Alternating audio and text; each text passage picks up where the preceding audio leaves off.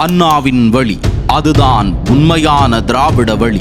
சமூக நீதி, சமத்துவம், சுயமரியாதை என்கிற 3 உன்னத தத்துவங்களை உள்வாங்கிய ஒரு கொள்கையே அண்ணாவழி திராவிடம். அப்பெருங்கொள்கையினை தாரக மந்திரமாக தமிழ்நாட்டின் இறையாண்மையாக கொண்ட பேரறிஞர் அண்ணாவின் உண்மையான வாரிசு அஇஅதிமுக. 30 ஆண்டுகளுக்கும் மேலாக நல்லாட்சி செய்து மக்கள் நலன் பேணியது அதிமுக. மற்றவர்கள் போல் சொந்த நலனுக்காக அல்ல, சமூக நலனுக்காக.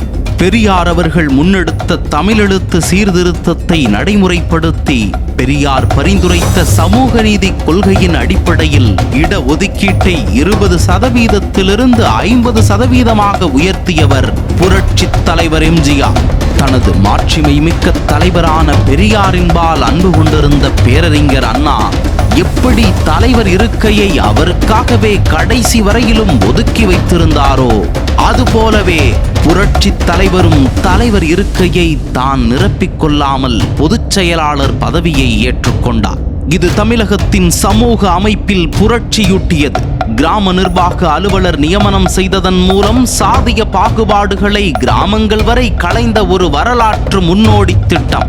69% இடஒதுக்கீடு, 7.5% அரசு பள்ளி மாணவர்களுக்கான மருத்துவ படிப்பிற்கான உள்ஒதுக்கீடு, இவையெல்லாம் அண்ணாவழி திராவிட தத்துவ சிந்தனையின் செயல் வடிவம்.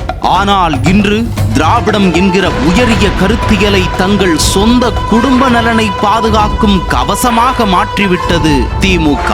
அதிமுக செய்த சமூக புரட்சிகளை பற்றிய ஆய்வுகள், திமுக தோல்விகளை வெளிச்சம் போடும் கட்டுரைகள் உங்களின் பார்வைக்காக. அண்ணாவின் வழியில் நடக்கும் திராவிடத்தை உயிர் மூச்சு என்று சுவாசிக்கும் மக்கள் இன்னும் இருக்கிறார்கள்.